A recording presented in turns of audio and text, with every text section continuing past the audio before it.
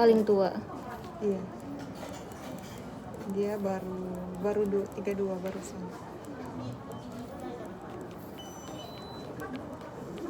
Yang lain masih 27.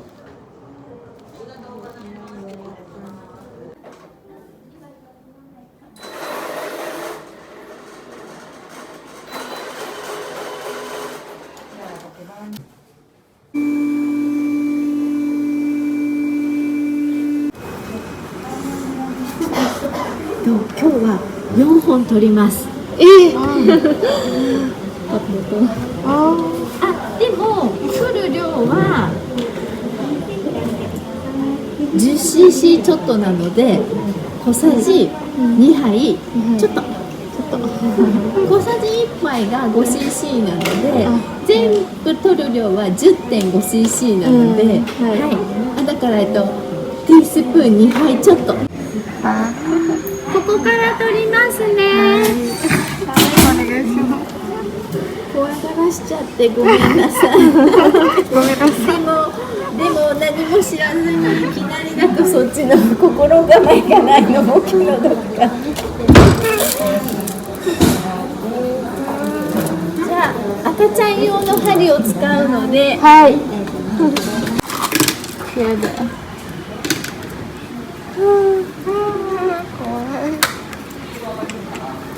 緊張してるから血管がものすごい縮んでます。キューって。185番の方どうぞ。じゃあスタートね。はい、上げてもらっていいですよ。は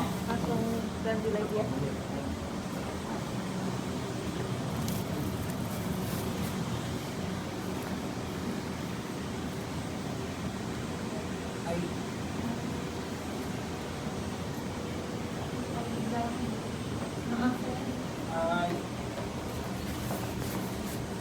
じゃあお願いします。ありがとうございます。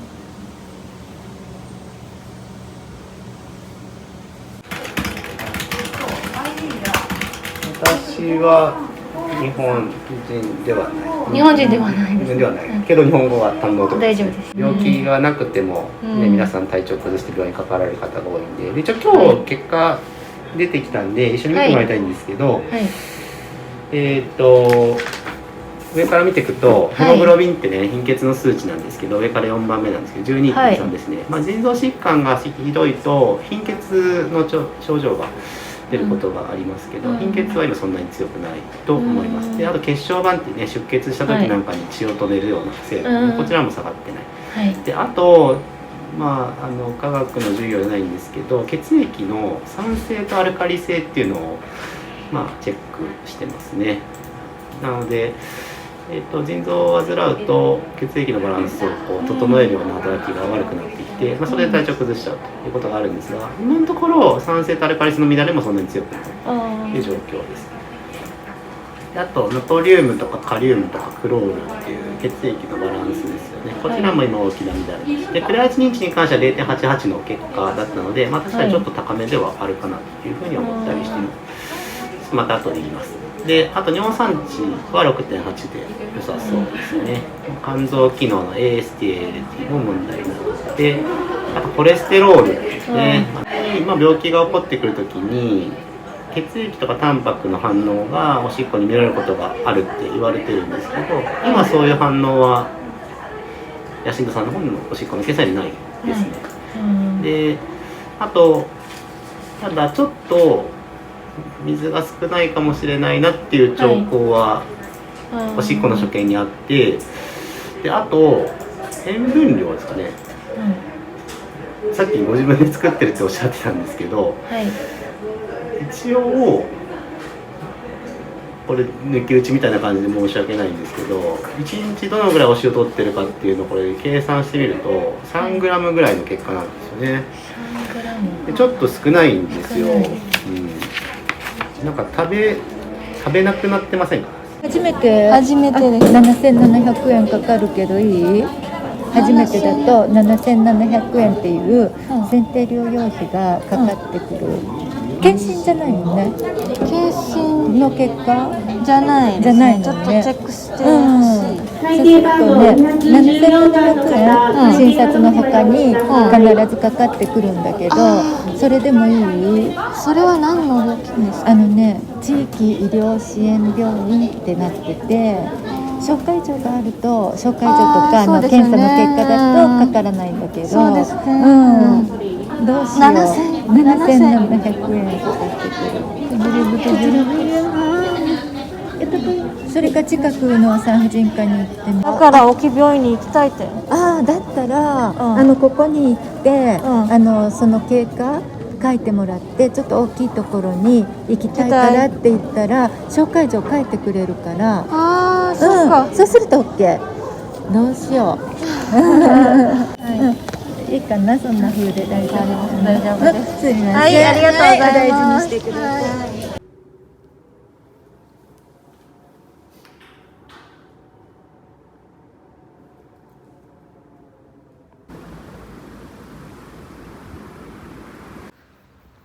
Hola. Hari ini sudah hari Sabtu. Dan kemarin itu aku seharian di rumah sakit ya, nemenin anak magang aku.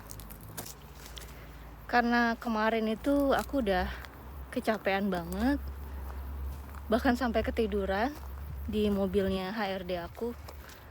Jadi aku nggak sempat bikin video penutupan. Jadinya hari ini deh. Oke, kita rekap aja ya kalau gitu. Jadi pagi-pagi itu aku antar anak magang aku ke rumah sakit. Sebenarnya ada dua ya. Yang satu itu bermasalah di ginjal, dan yang satu itu perlu ke dokter obgyn. Nah, karena di rumah sakit besar itu memang aku rencananya nganterin yang bermasalah di ginjal. Jadi aku urus dulu dia.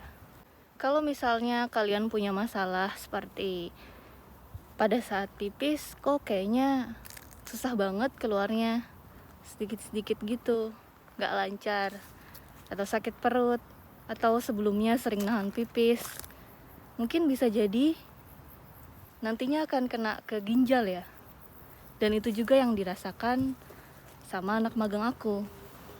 Nah, untuk ngecek ginjalnya baik atau bermasalah, itu banyak banget pemeriksaan yang harus dilakukan. Kemarin itu anak magang aku pertama disuruh cek urin. Kedua harus cek CT scan. Dan yang ketiga itu ambil darah. Setelah semua pemeriksaan sudah dilakukan, dokter akan memastikan hasilnya. Lalu begitu kami dipanggil ke ruangan pemeriksaan, dokternya itu ngejelasin secara detail ya, bahkan seperti guru yang ngejelasin ke murid-muridnya tentang ginjal. Dan di sini kalian bisa belajar sesuatu ya, belajar bahasa Jepang maksudnya. Jinzo dan shinzo mirip banget, tapi artinya beda banget ya. Nah, pada saat dokternya itu ngejelasin dan aku sampein apa yang harus disampaikan, aku sempat kesebut kata shinzo yang artinya jantung. Shinzo. Kalau jinzo itu artinya ginjal. Jadi bedanya jin dan shin. Shinzo, jinzo gitu ya. Jadi pas aku bilang shinzo, itu dokter langsung, hah? Kayak jantung, ada penyakit jantung juga. bukan, maksudnya jinzo. Kemudian dokternya itu ngasih saran ya, sebaiknya datang lagi ke rumah sakit untuk berkonsultasi ke dokter gizi, karena memang ginjalnya bermasalah. Dan yang bisa ngobatin ginjalnya itu adalah pola makan. Apa aja yang harus dimakan, apa aja yang gak boleh, sebaiknya harus gimana. Itu semua akan dijelaskan oleh dokter ahli gizi, bukan dokter ginjalnya. Dan ada yang lucu nih di sini. Jadi sebelum pemeriksaan CT scan, itu ada perawatnya datang ke aku dan ke anak magang aku sambil sedikit nunduk, lalu bisik-bisik, "Maaf ya, aku mau mastiin dulu nih, kamu nggak sedang hamil kan? Soalnya nggak boleh kalau lagi hamil, bahaya ya," gitu. Aku dan anak aku langsung ketawa. Aku dan anak magang aku maksudnya langsung ketawa karena hamil. Nggak boleh, anak magang itu nggak boleh hamil. Nah, setelah anak magang aku yang bermasalah sama ginjal itu selesai, barulah aku urus anak magang aku yang satu lagi yang ingin periksa ke Obgyn ya. Aku coba tanya ke perawat yang biasa ngurusin orang-orang yang baru daftar di rumah sakit itu, dan ketika aku sampein bahwa anak ini mau ke Obgyn tanpa ada surat rujukan, beliau langsung bilang nggak bisa. Kalau nggak ada surat rujukan itu harus bayar 7.700. Kamu bersedia bayar segitu? Anak magangku kayaknya nggak mau ya, karena mahal banget, sekitar 800 ribuan loh. Oke, akhirnya dari situ aku coba telepon HRD aku sampein aku minta dibantu untuk diantar ke klinik kecil, dibookingin. Dan akhirnya beliau bantuin aku jam 3.30 ya. Jam 3.30 sudah berhasil di booking. Tapi HRD aku bilang gini, "Aku nggak mau kalau nggak ada kamu, nanti gimana ngomongnya, aku nggak ngerti," gitu. Dan sekitar jam 3:20 kami sudah sampai di klinik Obgyn. Lalu di situ aku coba sampaikan sesuai yang diminta anak magang, ingin ke rumah sakit besar, ingin mendapat surat rujukan. Dokternya cuma bilang, "Oke, kalau gitu sepertinya nggak sembuh ya dari kami ya, dari obat yang kami berikan." Di klinik itu kami menunggu cukup lama ya, mungkin sekitar 30 atau 40 menit. Aku ketiduran lagi. Aku udah gak kuat, ngantuk banget.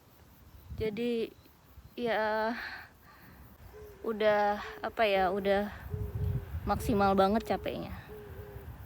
Dan begitu selesai, HRD aku langsung jemput aku dan anak magang aku itu, lalu diantar ke apartemennya dan aku diantar ke kantor. Dan sepanjang perjalanan aku tidur lagi. HRD aku bilang gini, "Netina, udah tidur aja lah, gak apa-apa kamu, udah capek banget tuh," gitu. Jadi begitu aku bangun, tahu-tahu udah di kantor dan aku siap-siap untuk pulang ke rumah. Kira-kira gitu ceritanya, panjang ya. Dan memang hari-hari aku tuh panjang banget ya.